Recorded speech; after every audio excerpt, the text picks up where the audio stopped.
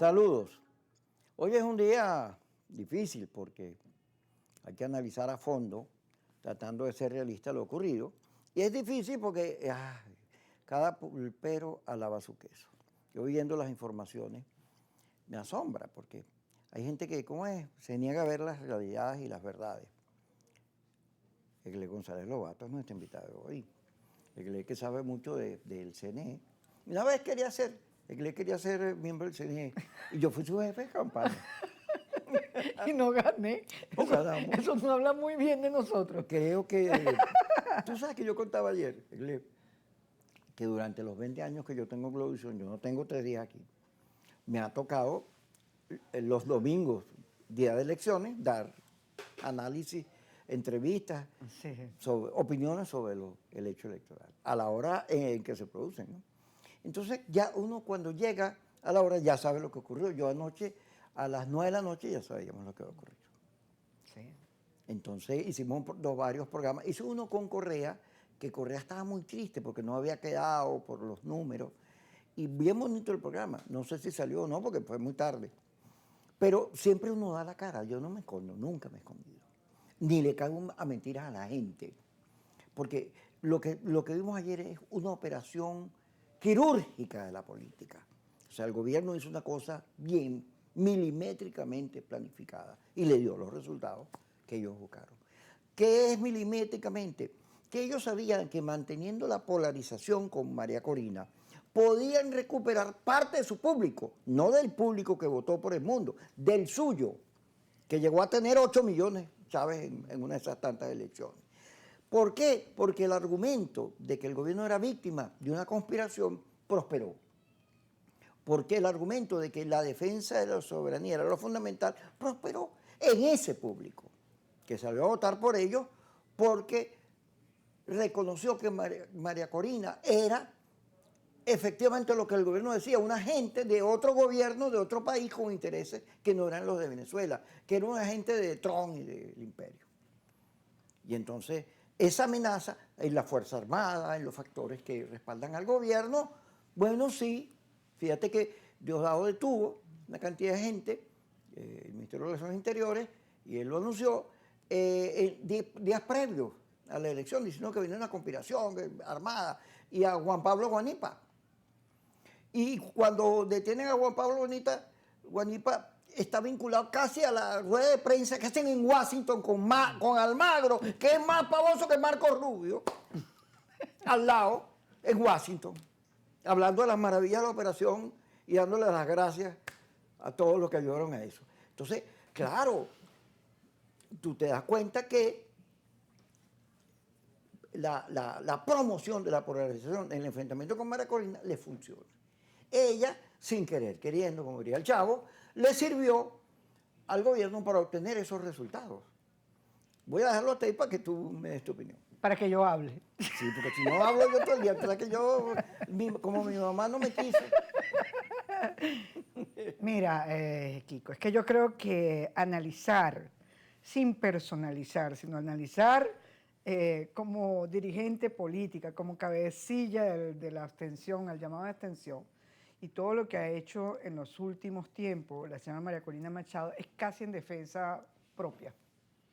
Es en defensa propia. La persona que está, es que el día justo antes de la elección se sienta en algo que parecía más el Senado de Estados Unidos a decir, ¿no? Primero a armar un rollo a Trump porque no sabe manejar bien sus empresas petroleras y que si venía a Venezuela, si seguía, pues también tenía que aceptar que era una organización criminal. Cuando tú ves ese tipo de cosas, yo me imagino un militar, que yo tengo, no sé cómo, pero si algo han tenido los militares siempre es sentido de la soberanía, nadie mejor que ellos. Me imagino que ese discurso fue realmente un día antes del proceso electoral. Y el que está con el gobierno dice, bueno, pero es que ni los mira. El problema con esa oposición, porque hay que decirlo con firmeza y con toda responsabilidad, esa oposición, esta es hora en que pretende no reconocer al oficialismo. No lo reconoce. Sigue, Como sigue. que si los tratara, como que si son no sé, no existen, ¿no? Y a los factores opositores o a factores adversos al gobierno de Nicolás Maduro les quiso aplicar un ácido tan fuerte, ¿no? Esa campaña de abstención estuvo llena de mensajes destructivos contra ese liderazgo que dijo, bueno, yo, Nicolás Maduro, te voy a agarrar esa propuesta. Nicolás Maduro que dijo, bueno, yo puedo tener la hegemonía total en el Parlamento, que era lo más importante, sin desmeritar las gobernaciones. Pero ahí yo te voy a generar tácticamente una sesión de cargos de elección popular. ¿Vas a competir o no vas a competir? Y hubo una oposición que dijo, yo voy.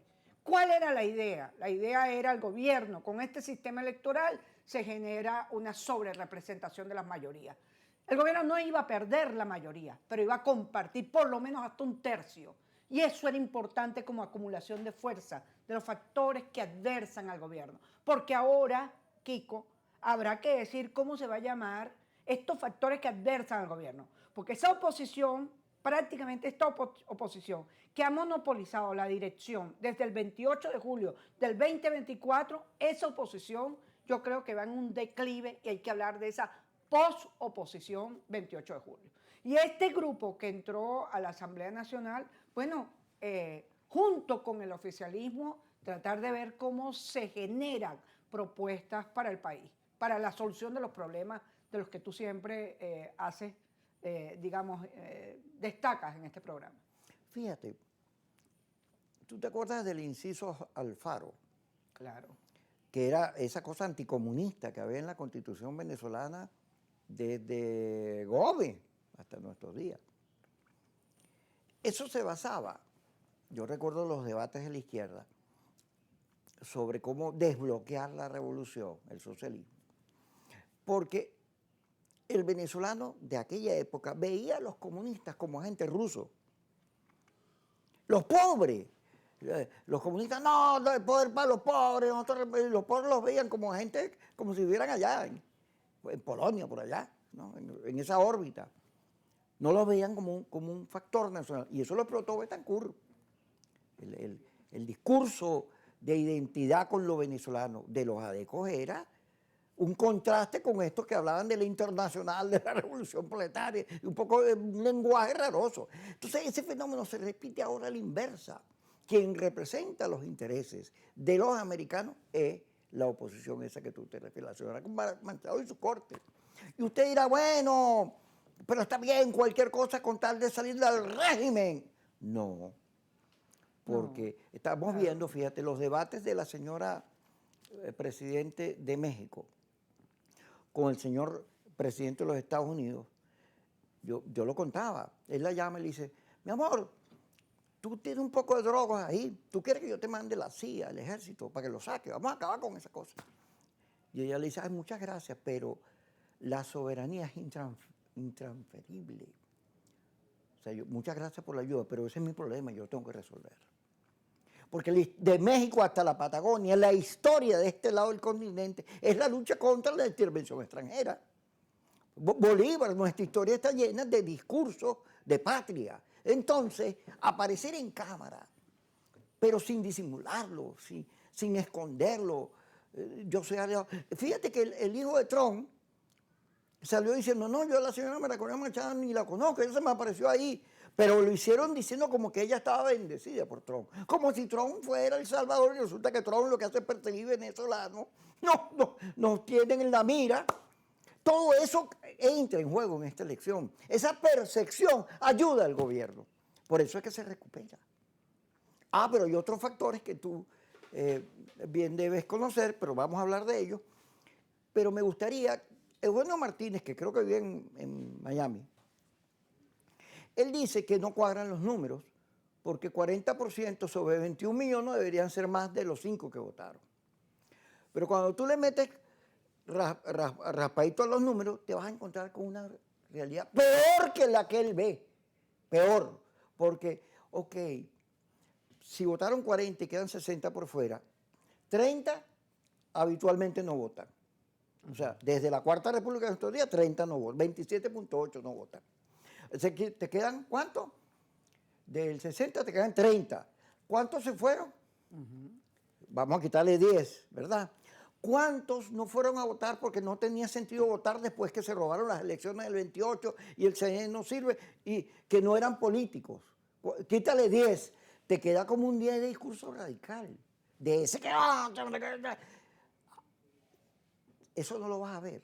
O sea, la influencia del discurso radical fue utilizado por el gobierno para la operación quirúrgica. ¿Cuándo regresemos?